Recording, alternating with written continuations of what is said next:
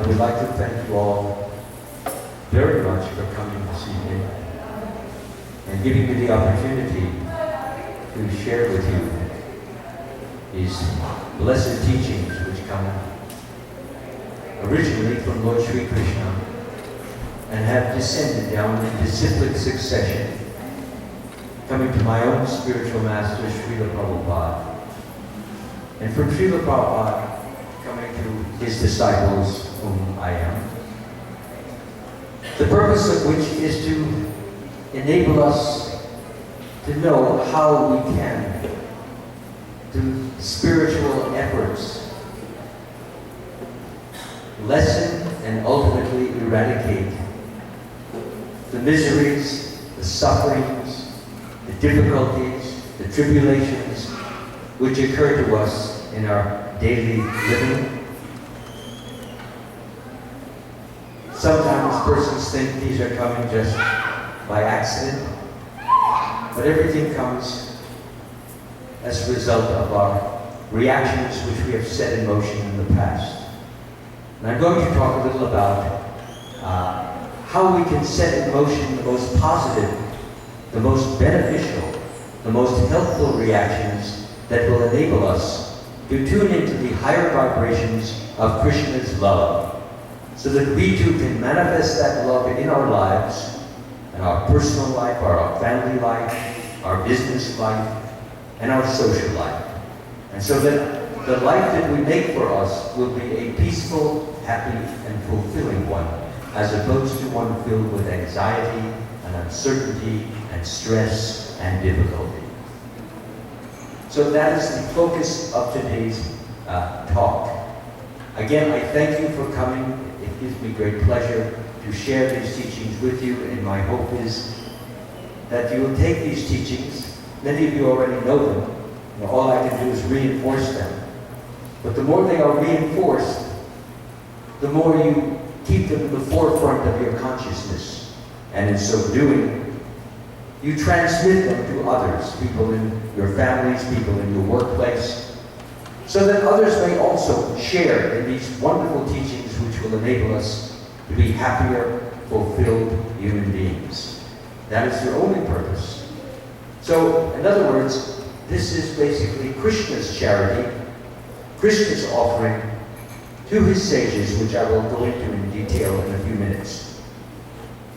And by so giving us this, he is giving us the means by which we can free ourselves completely from so many of the problems that we experience in daily life. They are and can be overcome. Sometimes it seems almost hopeless, but through these teachings we will see that is not the case. I have one request to make to those of you who have children. If you have children and the children cry out or the children make noise, then I beg of you please to take the children out of the room so that everyone here may be able to hear the talk. The children, while they are lovable, adorable, enjoyable, nonetheless, they can be destructible in a talk of this sort, because it diverts me and it diverts you, and then we all end up just enjoying the wonderful little crying, babbling sounds of the child, which is not why I have come here from Los Angeles. So please respect all of the devotees here and allow them to hear it completely, and take the child outside if necessary. Again, no disrespect to your child, but only a plea for the benefit of everyone here. Thank you very much. So, without any further ado, we will begin the Jaya Madhava prayers. If you know these prayers, please sing them. And sing them so that not only I can hear them, but I want Krishna and Radha to hear them. So sing them from your heart and sing them loud and strong. Nobody gets a noise ticket here for singing too loud. Just like you get a parking ticket if you park in the wrong place. There's a thing called noise pollution.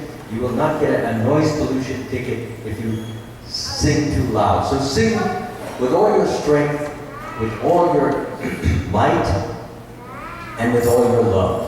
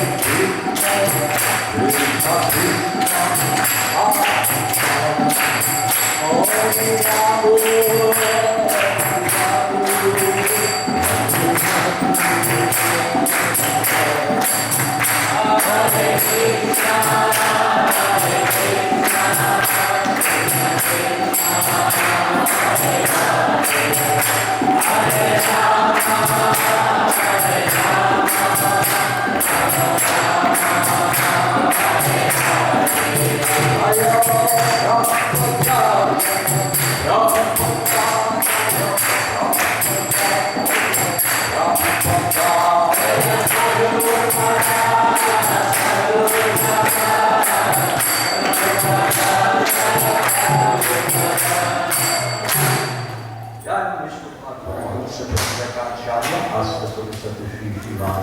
His Divine Grace, A.C. Bhaktivedanta Swami Srila Prabhupada Ki Jai. ISKCON founder Acharya Srila Prabhupada Ki Jai. Namacharya Srila Haridas Thakur Ki Jai. Remsibahu Shri Krishna Chaitanya. Prabhu Nityananda Shri Advaita Gadadhara Srivasari. Gauda Bhakta Vrinda Ki Jai. Shri Shri Radha Krishna. Gopinath Shyam Radha Giri Govardhana Ki Jai. Vrindavan Dhamma Ki Jai. Mathura Dhamma Ki Jai. Mayapur Navadvip Dhamma Ki Jai. Jagannath Puri Dhamma Ki Jai. Ganga Mai Ki Jai. Jamuna Mai Ki Jai. Tulsi Devi Ki Jai. Bhakti Devi Ki Jai. Srila Prabhupada's transcendental book distribution Ki Jai. Harinama Sankirtan Ki Jai. Samaveda Bhakta Vrinda Ki Jai. All glories to the assembled devotees. All glories to the assembled devotees. All glories to the assembled devotees. All glories to Shri Shri Guru and Gauranga. Shri Prabhupada.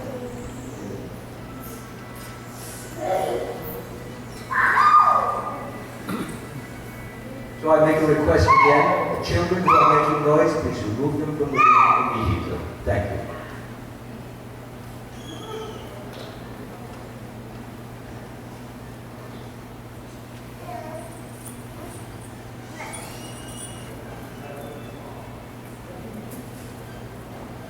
Om Namo Bhagavate Vasudevaya. Om Namo Bhagavate Vasudevaya. Om Namo Bhagavate Vasudevaya. Om Namo Bhagavate Vasudevaya. Om Namo Bhagavate Vasudevaya. Om Namo Bhagavate Vasudevaya. So I will be speaking from the Srimad Bhagavatam tonight, the 11th canto, chapter 14, text number 16.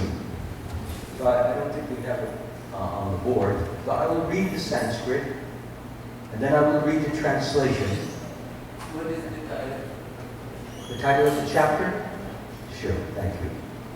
Lord Krishna explains the yoga system.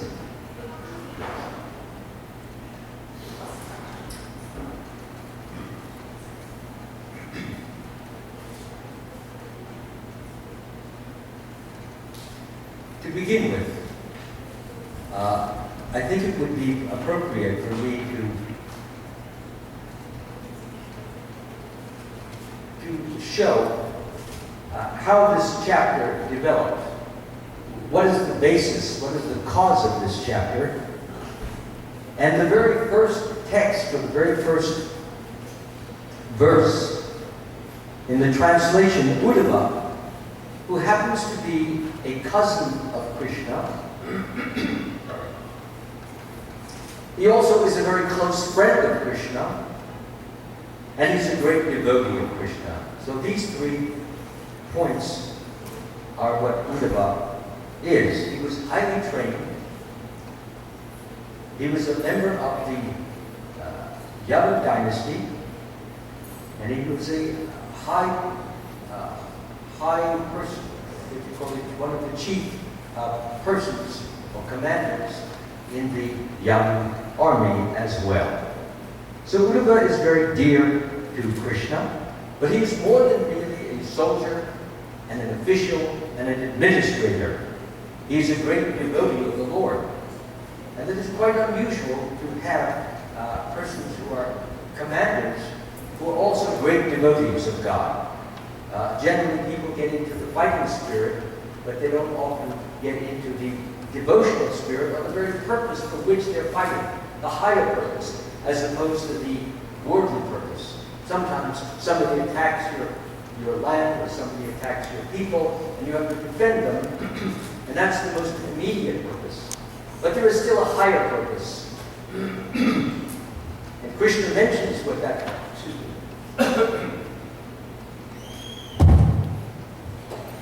Krishna mentions what that purpose is on the battlefield of Kurukshetra when he speaks to his cousin Arjuna.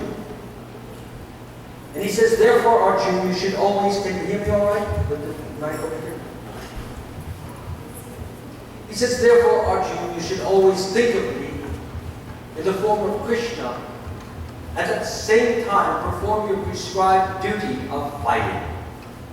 With your activities dedicated to me, and your mind and intelligence fixed on me, you will come to me without a doubt.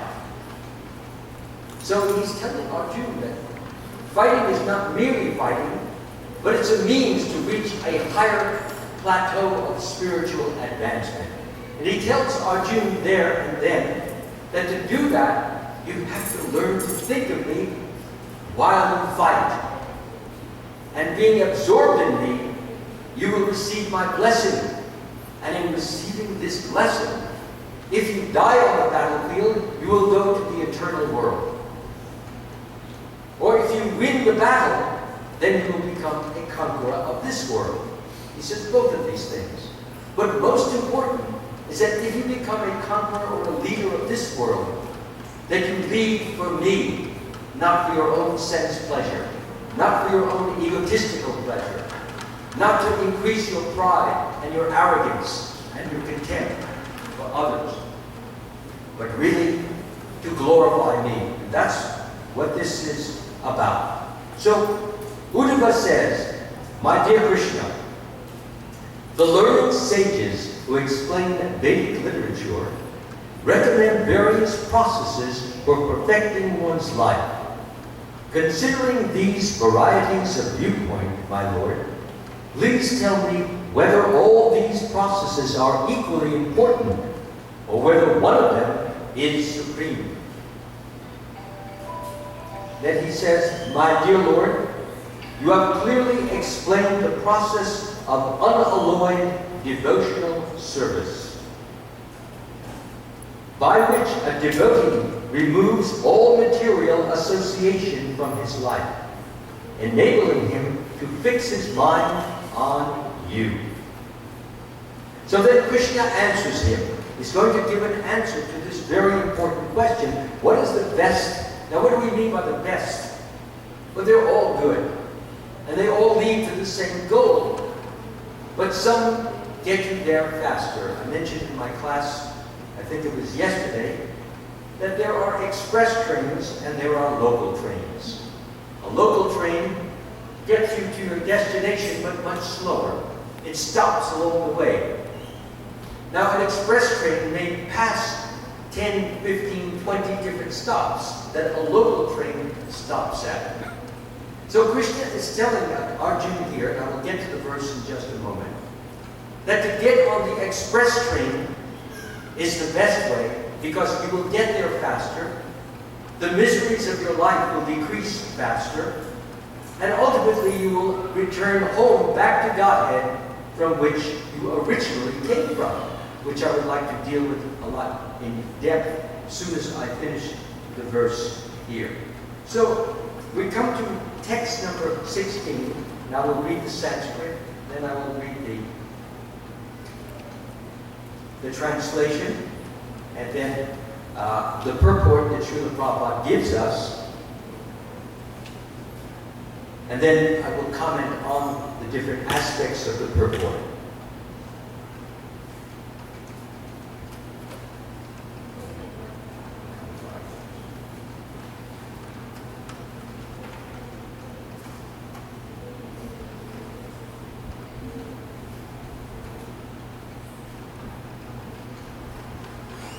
Nirapaksham munim shantim nirvanam samadaranam anuvrajam yaham nityam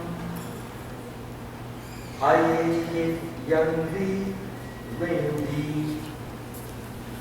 The translation of that is, Krishna is speaking now. This is a very important message or instruction that he's giving to Uddhava. He says, with the dust of my devotees' lotus feet. What does he mean by lotus feet? Well, the toes, they have 5 little toes, and they resemble a lotus. A lotus has petals. So they're referred to as lotus-like. How many of us here have smelled the lotus? Anybody has ever smelled the lotus? Very fragrant, very intense, very likable. So there is no,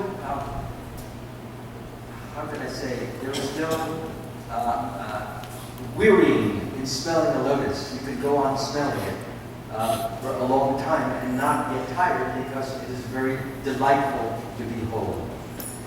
So Krishna says here that with the dust of my devotees' lotus feet, by dust he means when we walk on the ground, the feet pick up dust. That's quite natural because there's dust in the air. So with the dust of my devotees' lotus feet, I desire to purify the material worlds which are situated within me. Thus I always follow the footsteps of my pure devotees. A pure devotee is a devotee who has no material desires. His only desire is to serve Krishna, to please Krishna, to love Krishna, and to share Krishna with as many persons as he or she can. That's what pure love is. Srila Prabhupada gives a very nice definition of such a pure devotee. He realizes he's an eternal servant of Krishna. He loses interest in everything except Krishna. He's always thinking of Krishna. He's always thinking of different ways to spread Krishna's holy name. And he understands that his only business is to spread the Krishna consciousness movement all over the world. So his whole mindset is to share the Lord with as many persons as possible. Whether you worship the Lord he does as Krishna, or as Rama, as Allah, it really doesn't matter because there's only one God, has many names, and comes in many forms. The important thing is that we recognize the omnipresent, omnipotent, and omniscient position of the Supreme Lord as being, as I just said, supreme, all-powerful, all-knowing, and present everywhere. Above us, beyond us. And yet, with us, within us. So, that's all chant. We can chant that translation together. Please repeat after me. With the dust of my devotees' lotus feet, I desire to purify material worlds, which are situated within me. Thus I always follow the footsteps of my pure devotees, who are free from all personal desire, wrapped in thought of my pastimes, peaceful, without any feelings of enmity, and of equal disposition everywhere. Purport, comment. Just as the devotees always follow the footsteps of Lord Krishna, similarly, Lord Krishna, being a devotee of his devotees, doesn't come as a surprise to you. He's supreme, he's all-powerful, and yet he loves his devotees so much that he is devoted to caring for them, to loving them, to protecting them. Krishna says in the Bhagavad Gita, those who always worship me with exclusive devotion, meditating in my transcendental loving form, to them I carry what they lack, and I preserve what they have. And he also says, to those who are constantly devoted to serving me with love, I give them the understanding by which they may come to me.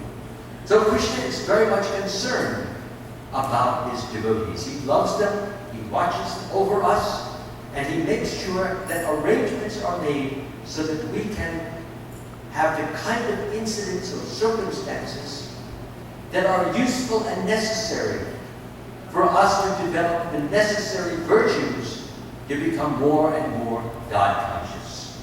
And that we may also get rid of the wickedness or the evils or the failings that we may have, such as lust and anger and greed and envy, and those types of qualities which distance us from the Lord and distance us from each other. Make enemies out of one another. A pure devotee of the Lord is always meditating on the pastimes of the Lord and considering how to assist the Lord in his mission. Now, in my book I have over here called The Supreme Mystic, some of you may have already have it. If you don't, it is available here. If they get sold out, you can always order them from me or from my distributors. And it's all about the pastime. Now, what is a pastime? I like to define these terms because some of us may or may not know them. And please bear with me patiently for those of you who do know them. But a pastime is not really a fun activity or a lively activity or a frolicsome activity which the Lord is performed, but it is one which is performed by Krishna. It is performed by Krishna, so we call it a pastime. Give me just a moment to pause as I offer my respectful obeisances to my spiritual master, and I will continue. Om Adhyana Timanandasya Vinanjana Shalakaya Chakshur Unmalitam Yena Tasmai Shri Guruve Namaha. I was born in the darkness of ignorance, and my spiritual master rescued me from the darkness of ignorance, and I offer my obeisances to the spiritual master. So I'm hearing some sound coming from somewhere. Somebody locate that noise and please have it stop.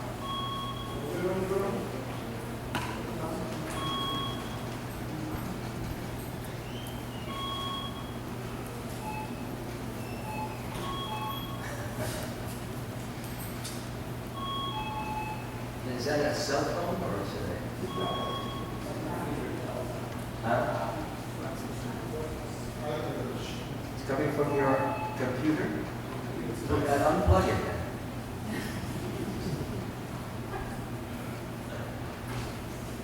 Thank you.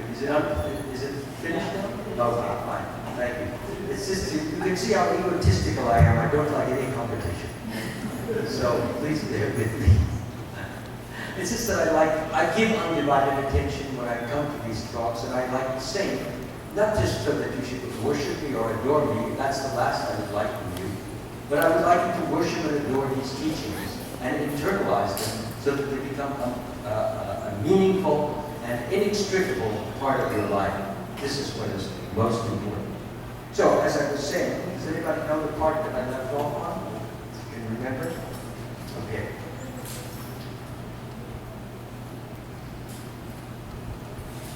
Yes, I was talking about, I have given 5 different aspects of a pure devotee. Because as I said, some of us may not know what a pure devotee is. So we should all have an understanding of what a pure devotee is. It means his mind has no place for material desire or material interest or material considerations. He takes care of his body. Yes, he eats, he drinks water or juice. He may go to a job. But his only interest, he's always thinking in his heart and in his mind about Krishna. That is his chief love, his chief interest. And everything he does as a love offering to Krishna. Krishna says, whatever you do, whatever you eat, whatever you offer or give away, and whatever austerities you perform, do this as an offering unto me. He wants you to offer to him, not out of some selfish need. He doesn't need anything. He's completely satisfied. He wants to purify us. And when we become purified and we make offerings which are completely pure, expecting nothing in return, we don't have to get some particular object. Oh Lord, please get me a nice Mercedes car. Please buy me a nice jet plane. Please. Too much noise coming from inside there. Somebody can tell them to either speak lower or take their cell phone. Somebody can go inside, please. because I'm hearing it very distinctly. So, it's not that Krishna needs any of the things we produce. He has everything, and he's always joyful, and he's always peaceful, and he's always strong. He's powerful. No one can defeat him. But there's one thing that he likes, one thing that he thrives on, one thing that nourishes him, and that is your pure love. This pure love, or unalloyed love, unbounded love, is a love in which you offer, as I mentioned, Krishna says, whatever you offer me, a leaf, a flower, fruit, or water, I will accept it as your loving devotion. He will accept these things, but he doesn't want them given with some ulterior motive.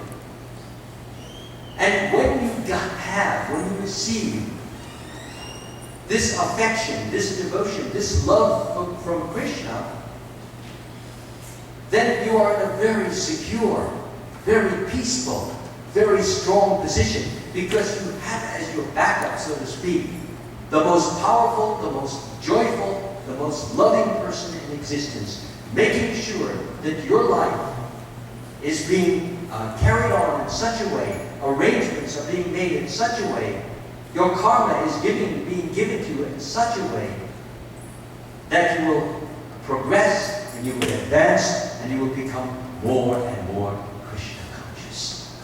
That means you become joyful, you become peaceful, you become happy, you become fulfilled.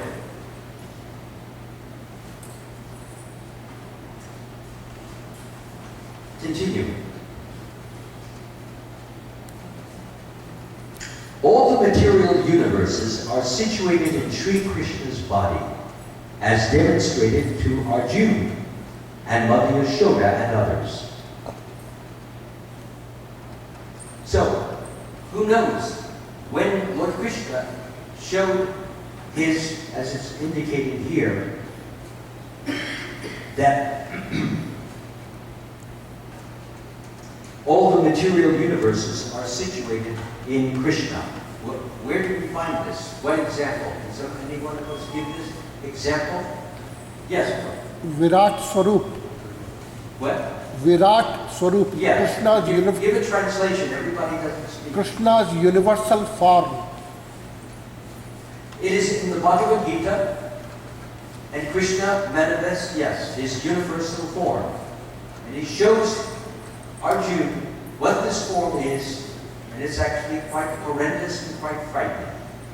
There is another time where he shows his universal form to his mother Yashoda, in which he opens his mouth to see if he has swallowed some clay.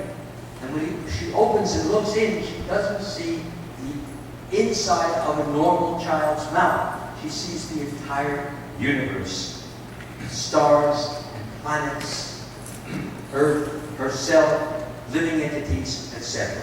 So that's what's being referred to here.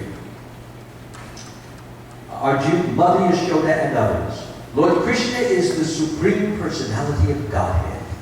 Therefore, there is no question of impurity in the Lord. Still, the Lord desires to purify the universes situated within Him by taking the dust of the lotus feet of His pure devotees. Without the dust of the lotus feet of the devotees, it is not possible to engage in pure devotional service, without which one cannot directly experience transcendental bliss. So, let us talk a little bit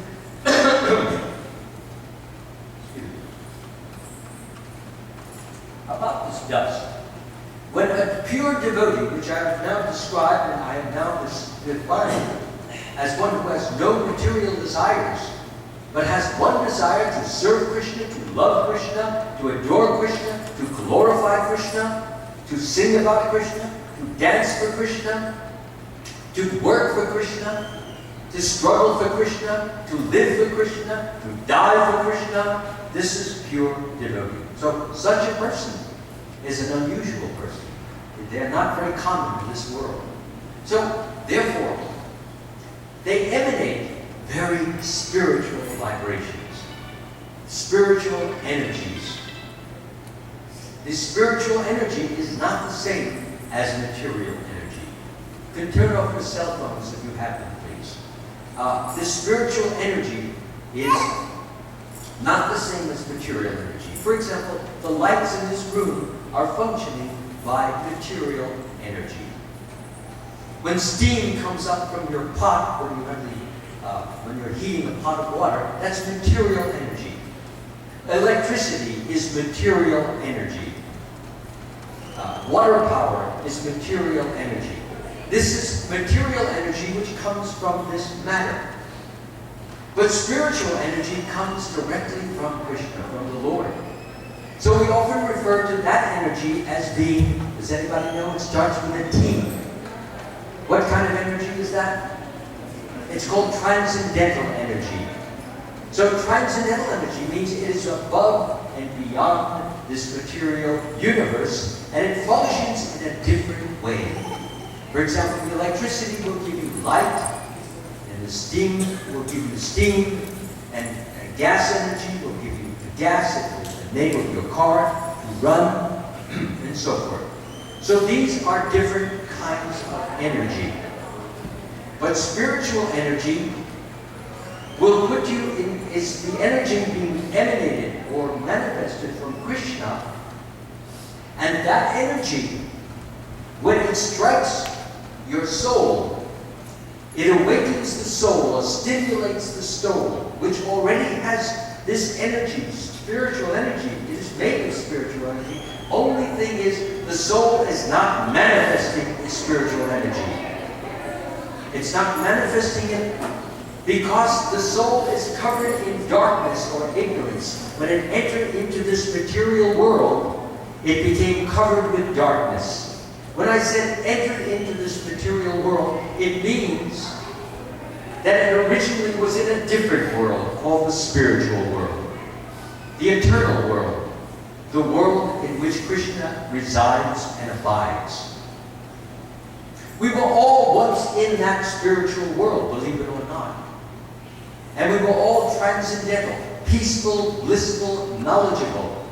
We served Krishna, we loved Krishna, we adored Krishna. But we all had independence, just as we have independence now. Your independence brought you here. Your independence will take you to your home. Your independence will get you can read a book. Or with independence, you can read some other book or read no books. So, just as Krishna is infinitely independent, we are minutely independent. We are little living entities, the soul. Krishna is infinite in his power. So, therefore, we were all serving Krishna in the spiritual world. The spiritual world has no other purpose than to render service to the Lord, to please the Lord, to love the Lord, honor the Lord, in whatever way or whatever we're doing. So that's the business of the spiritual world. They sing to the Lord, they draw pictures of the Lord, they write poetry to the Lord. Everyone is serving Krishna. But what if you don't want to serve Krishna? You have independence. When a person desires to understand what it feels like to be a lord, what does it feel like to be a commander? What does it feel like to be a dominator or predominator? What does it feel like to order rather than merely to serve? What is the feeling? It's not the same. The servant has one type of feeling. A leader or a dominator or someone who orders has a different type of feeling.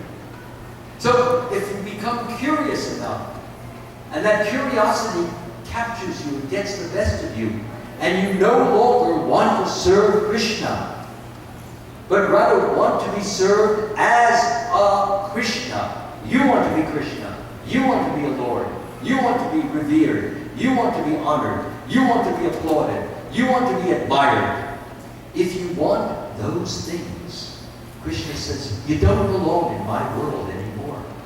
You belong in a different world which I prepared for you, where you can dominate, you can predominate, you can order, you can You can become a boss. You can do all of that, but not in my world because I'm the leader here. You're the servant. And when you serve me with love, I fill your heart with bliss. And that bliss fills you and inspires you to serve me more. So it's reciprocal. It's not that Krishna is merely taking from you your love, but he's returning that same love. And when he returns it many-fold. The result of which is that you feel blissful and peaceful and strong and fulfilled. However, independence is there and curiosity is there.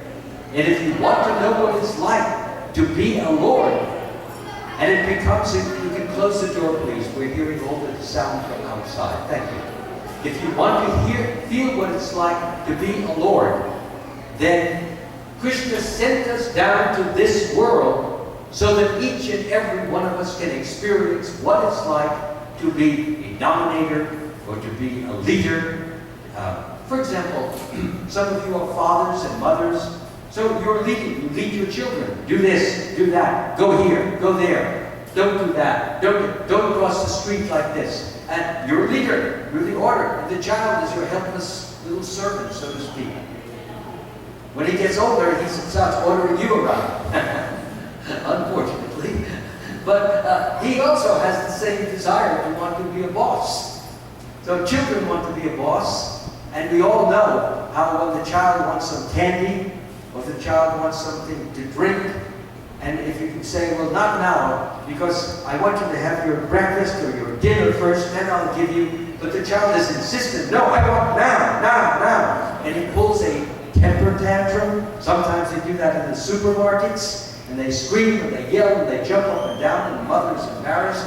Everybody looks at the mother and thinks maybe there's a problem of child abuse. The child is screaming so loudly with his high-pitched voice. If it's a girl, it's even higher pitched.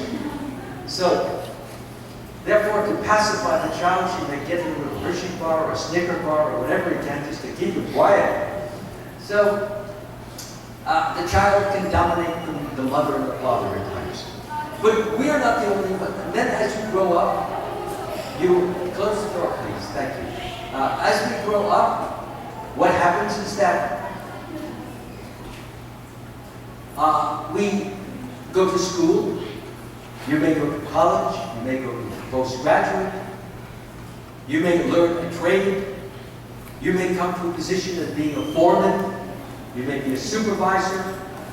You may be a vice president, treasurer, secretary, president, or CEO, CFO, chief executive officer, chief financial officer, and you're in a position of dominance. You make policies, or you may be a senator, you may be a congressman, you may become a president. You make policies, and people follow those policies, and so you feel what it's like to be a leader. But it doesn't end there. There's quite a number of miseries which go with leadership. You have people who are against you, people who envy you, people who hate you, people who want to kill you. Like we have assassinations. Indira Gandhi, she was assassinated. Mahatma Gandhi, he was assassinated. President Lincoln in this country, he was assassinated. Attempts were made of assassination on our President Reagan, on Gerald Ford. It's not just peaches and cream. It's not just ice cream. It has a lot of troubles and difficulties and trials and tribulations. It's full of fears. So you get the opportunity to be a dominator, to be a controller, but you also get the miseries which go with it.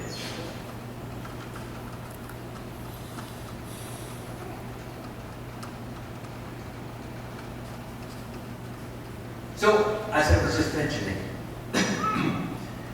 controllership does not end with the human form of life. For example, you have a dog. How many of us have dogs? Anybody have a dog here?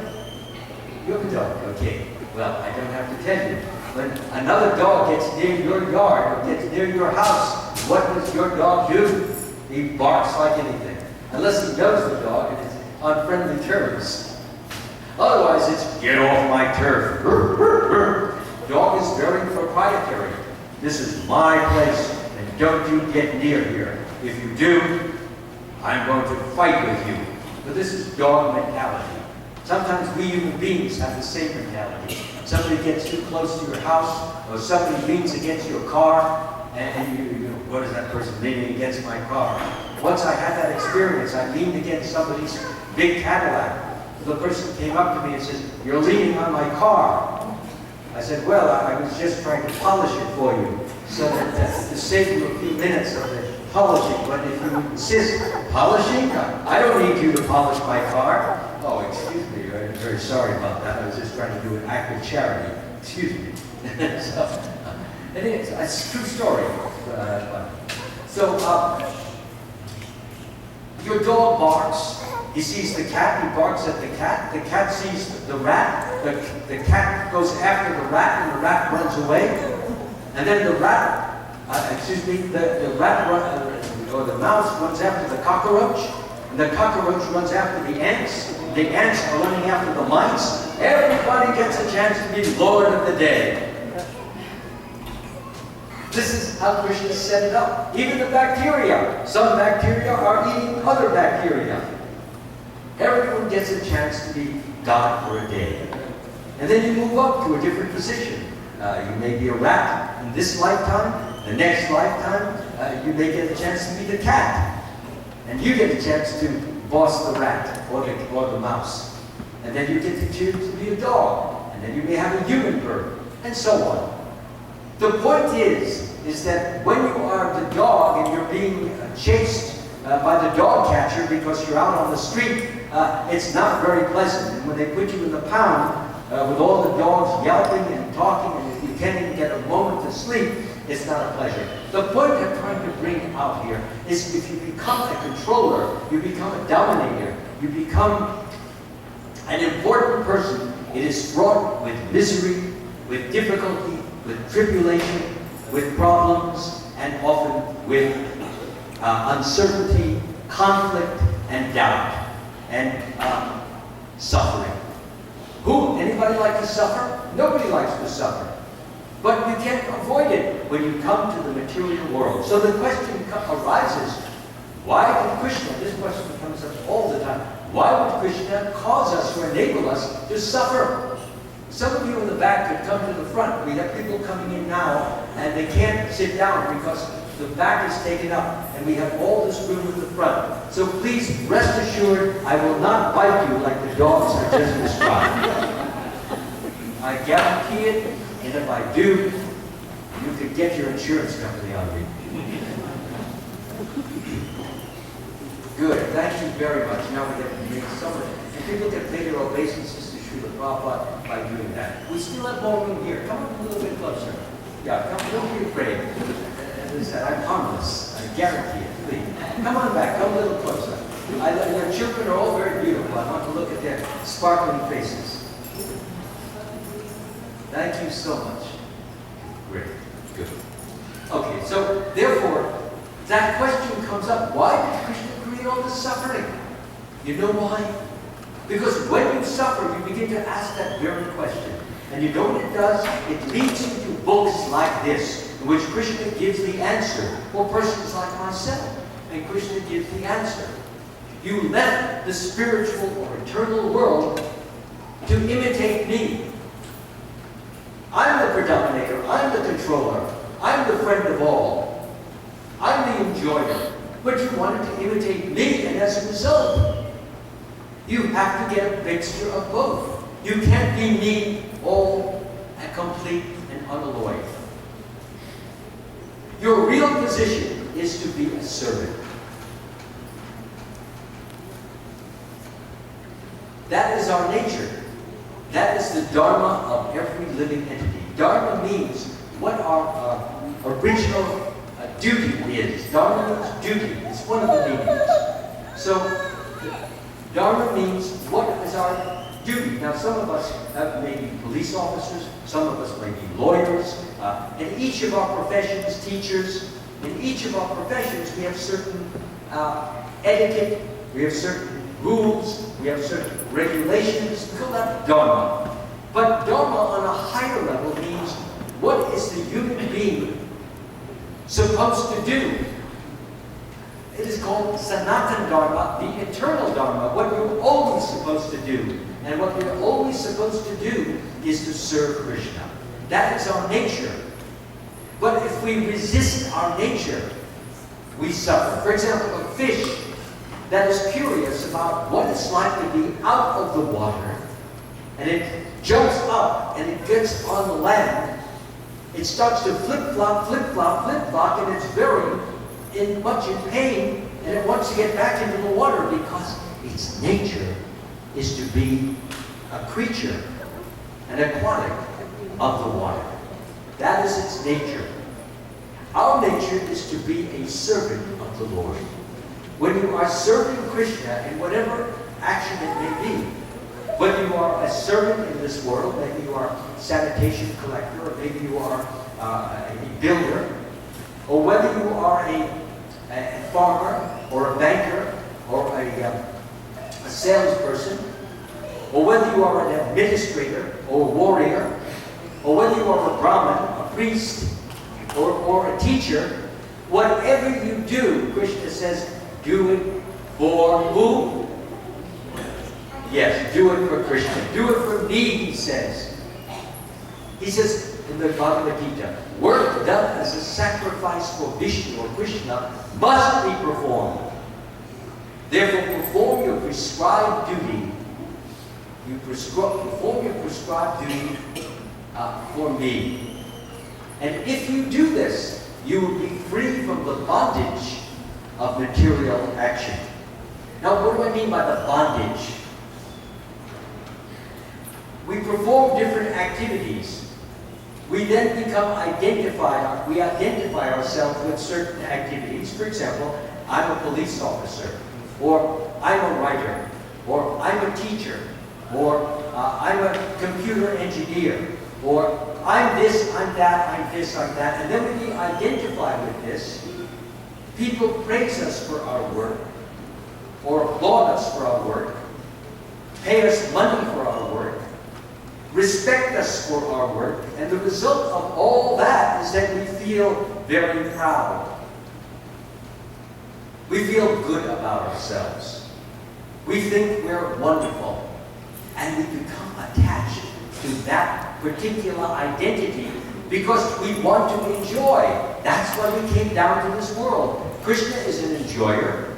Krishna is a proprietor. Krishna is the friend of all. So we're trying to imitate Krishna by being the same. So when you have money, you have position, you have fame, then you can have plenty of pleasure in this world. You can buy all kinds of things that bring lots of pleasure. You can get pleasure for your ears, get the best music, get pleasure for your nose, get new wonderful sweet-smelling roses. You can have your own rose garden. You can have nice pleasure for your skin. You can put nice silk on your skin, put velvet on your skin, or you can be fanned nicely, or you can tickle your skin, whatever, but you can enjoy in that way. Unless you get dermatitis. Then you start scratching. And you get some satisfaction, and you have a few moments of peace, and then the itch starts up again even worse. And you're scratching until blood is coming.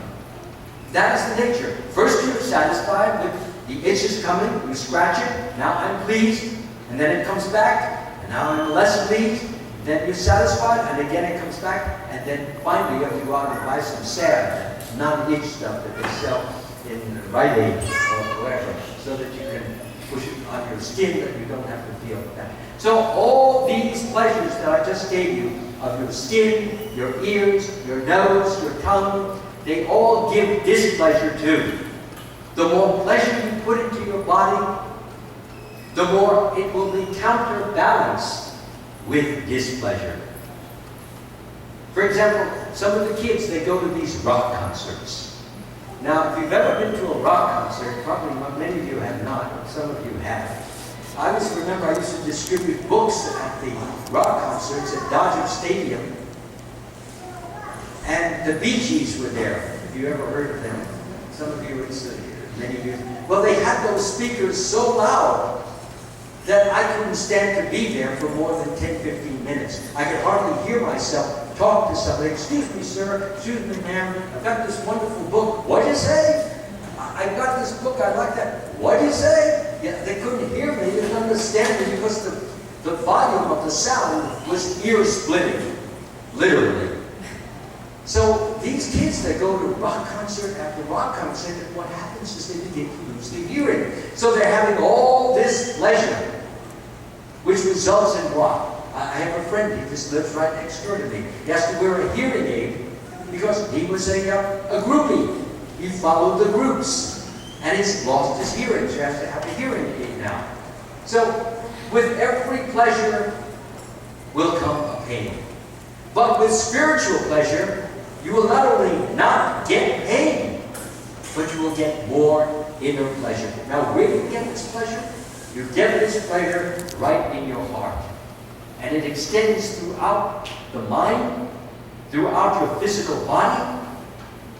You may have chills, you may tremble. These are some of the symptoms of ecstasy, which come, as is mentioned in this purport, which come from taking shelter of the dust of Krishna's lotus feet. Krishna is taking the dust of his devotees' feet because it's not material. It's matter, but it is impregnated. It is completely pervaded by spiritual energy. And that spiritual energy, when you put it on your face, when you put it on your body, it helps to decrease the darkness of ignorance that surrounds the soul. And so, if you walk into a room and it's completely dark, you don't know where to go, what to do, you bump into things. And that's what material life is. It's a question of bumping into this, that, the other thing, and getting a lot of bumps as a result. So, but when the light is turned on, you can see where to go. Go here, go there, don't go here, don't go there. So Krishna is saying that if you take shelter of me, and those of you who are worshiping deities are doing that. Those of you who are chanting Hare Krishna, let's all do it. Hare Krishna, Hare Krishna, Krishna Krishna, Hare Hare, Hare Rama, Hare Rama, Rama Rama, Hare Hare. Could you do it again for me? It sounds so delicious. I want to hear it, but double the sound. Hare Krishna, Hare Krishna, Krishna Krishna, Hare Hare, Hare Rama, Hare Rama, Rama Rama, Hare Hare. I cannot thank you enough for that, because that's the kind of sound I want to go deaf by. Yes, because the more I hear it, the more I'm filled with the impression and the presence of Krishna. The more pure we become, the more we come to understand that Krishna is not different from his name. Now, if you say the word mango, mango, mango, mango, you don't get the taste of the mango. You always have to cut the mango and cut it again, and then chew into it, taste it, and you get the juice, and it's delicious. But when you chant the holy name of the Lord over and over and over again, you begin to sense and feel the presence of Krishna. And that inner peace that I spoke of, that inner joy that I spoke of, that inner love that I spoke of becomes your joy, your love, your peace, your strength, so that you emanate it, you project it, you express it, and whoever comes near you feels it. So that dust that Krishna is talking, when you put it on your face, when you put it on your hands, that dust is transcendental and transformative, so that you become very Krishna conscious. And when you speak, people hear the difference between material type of speaking and spiritual type of speaking. When Srila Prabhupada would speak, we became transformed. We felt we couldn't think of anything but Krishna because it was so enlivening. His faith was so strong. And so we developed important qualities of what? Faith. That is one of the qualities. Hope is another quality. Another quality is charity. Another quality is love. Another quality is humility. Another one is patience. If you don't have patience, you can't accomplish anything in this world. Your child, I mentioned, your children pull a temper tantrum. You have to stay peaceful. You can't whack your child across the head or smack it. You'll be called for or cited for child abuse, and your child will be taken away. So you have to be peaceful. You have to be calm. You have to be patient. So I said, patience, obedience to the principles that Krishna is enumerating or enunciating in the book of the Bhagavad Gita. And then courage. How do you get courage? How do you face your enemies, your difficulties? Krishna will give them to you because he's fearless. You will be fearless. Krishna says, in one who has unflinching devotional service to me, all the good qualities of me and the demigods become yours. So, you serve Krishna. You hear about him. You chant about him. Now, I've made these CDs that you'll see on the table. They are the books of Srila Prabhupada, which I narrate with music and some of them with sound effects. So, those of you who claim that you don't have time to read the books because there's just too much going on in your life, you drive your car, you can put these MP3s in your car, and if you travel for an hour to work or to your relatives or wherever you're going, you can hear the Srimad Bhagavatam, you can hear the Chaitanya Charitamrita, you can hear the teachings of Queen Kunti, you can hear Sharanagati, how to surrender your life to Krishna, you can hear all of these different narrations. So you have no excuse anymore, I've taken it away from you. So, and I also have written a few books there, a book on Krishna's pastimes. It reads like a modern novel, and if you absorb yourself in it, it's an ongoing meditation. And all you do is you read it, and you're in Krishna's life. I do not get much into philosophy there. Srila Prabhupada has a different book called Krishna, the Supreme Mystic, and that's the book where he gives the different pastimes along with the philosophy. I give a minimum of philosophy, a maximum of story, so that you and your children, your family, your husband, your wife can get absorbed in those wonderful stories of Krishna so that they become second nature to you. And you can think about them. Some of the children, from my narration children's Krishna book, then one little girl, she was 5 years old, she became addicted to it. She went to sleep listening to it. She heard it even in her sleep, it was playing. She'd wake up in the morning and play it. She would, on her way to school, she would play it, day and night. So it happened to be that I had a booth at the Srila Prabhupada's festival day in Los Angeles. So her parents had a booth next to mine. And they told me that our daughter is addicted to this narration. I said, oh? And I looked at the little girl. She looked like a little Maharani, the way she was dressed, with all the earrings and the beautiful silk sari. And she was very, very restrained, very modest, very chaste. She's only 5 years old. So I said to her, do you know about Krishna? And she was like this.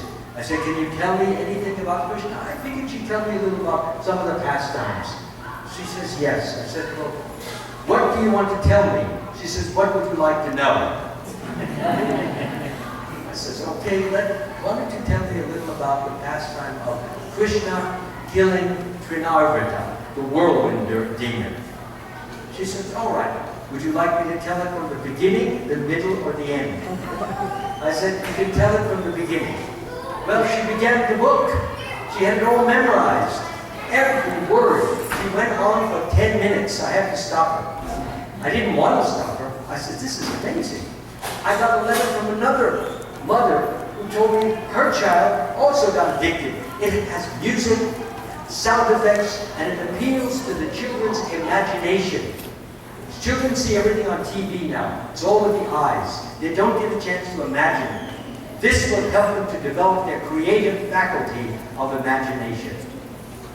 So, for those of you who are mothers, fathers, do your child a favor, let them hear it. You'll enjoy it too. I like it better than the adults' Krishna book, only because it has more what we call production values, more sound effects, For example, when Lord Nrsimhadev roars, you're going to hear a real lion roaring. I use actual sound effects. Okay? So you'll enjoy it very much. And so many of them are done with multiple voice characterizations. By Krishna's grace, I can imitate many voices, children's voices, adult voices, foreign voices, you name it, I could do it. So I used it in service. It was much better than getting actors to come to the rehearsals or come to do the gig, as we say, and not showing up. They would not show up. So I said, well, I'll do it all. I'll do it, and therefore it'll all get done. So I knew I was going to show up. So, everybody has excuses, they have things to do. So I'm going to end this by telling you one story, very important one. And it's all about pride. Pride is our biggest enemy. Pride meaning, I'm great, I'm wonderful. As I said, we came into this world for what reason? To be a lord. Right? And close the door in the back, please. Yeah, please, somebody should stand guard over the door. Because all the noise is coming in. Thank you. Thank you. So,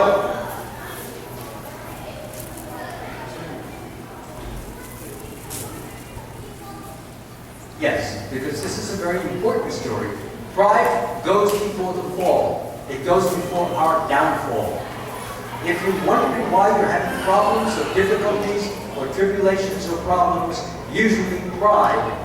You think you're so great, somebody insulted you, somebody disrespected you, and you feel crushed or you feel down. Okay, here's the story, so please listen attentively. There was a Brahmin priest. There was a Brahmin priest, and he was very much eager to speak in such a way that he could bring tears to the eyes of his audience. He wanted to touch their hearts and move them so that he could feel, yes, I have great spiritual purpose. So one day, what happened? I hope I get through this story. Please, the door closed. One day, he was giving a talk like this. And there was a woman sitting, I should mention, the Brahmin. He had a little beard, like a goatee. And he had long hair. And he had a habit of doing like this. Every few minutes he would then nod his head like this. So when he would do that, there was a woman in the front who, every time he nodded like this, she would burst into tears. And as he was narrating and he was speaking, he was wondering, I am fulfilling my desire. I am bringing tears of bhakti, of devotion, of love to this lady's eyes. At least one person has now become my devotee. So again, he's talking about Krishna, and he's talking about Radha, and he's talking, and again he's doing like this every few minutes. And every time he's doing like this, and she's bursting into tears of lamentation. Finally, the lecture ended, and everybody got out, and everybody left, and she's still sitting there. And every time he's still doing like this, he had a habit of nervous tick, she bursts into tears. He says, my dear madam, he says, why are you crying? What did I say that made you cry the way you did? What were the words? Because I want to deepen that principle, whatever it was that caused you to express your loving feelings. She said, what did you say? He says, yeah, what did I say? She said, you did not anything you said. Nothing I said, and what was it? She says, every time you went like this, you reminded me of something. I said, what did you remind me? She said, well, I had a pet goat, and the goat died yesterday. And the goat used to go like this. So every time you did like this with your head, it just made me think of my pet goat, and I just couldn't stop crying. Don't do that anymore. So he said, I look like a goat. She says, yes. He says, there went his pride. He was crushed. He felt small. He felt insignificant. And all of his dreams of being the great preacher were washed away, and he had to come to a position of humility. And he realized that to become a potent preacher with a powerful presence, with a loving presence, he has to stop loving himself, stop wanting adoration, distinction, glorification, applause from anyone else, but rather give it back to Krishna. And by giving applause, giving adoration, giving love, as Krishna says, whatever you do, whatever you offer, whatever you give away, do this as an offering unto me. If you do that, you will acquire the spiritual potency that will enable you to truly touch people's hearts, because you will be manifesting my potency, which can bring tears of ecstasy and love to everyone. So, does anyone have a particular, we're getting late. I'll answer one question. If anyone has such a question, please ask it at this time. No questions? So I want to thank you all very much for your kind attention.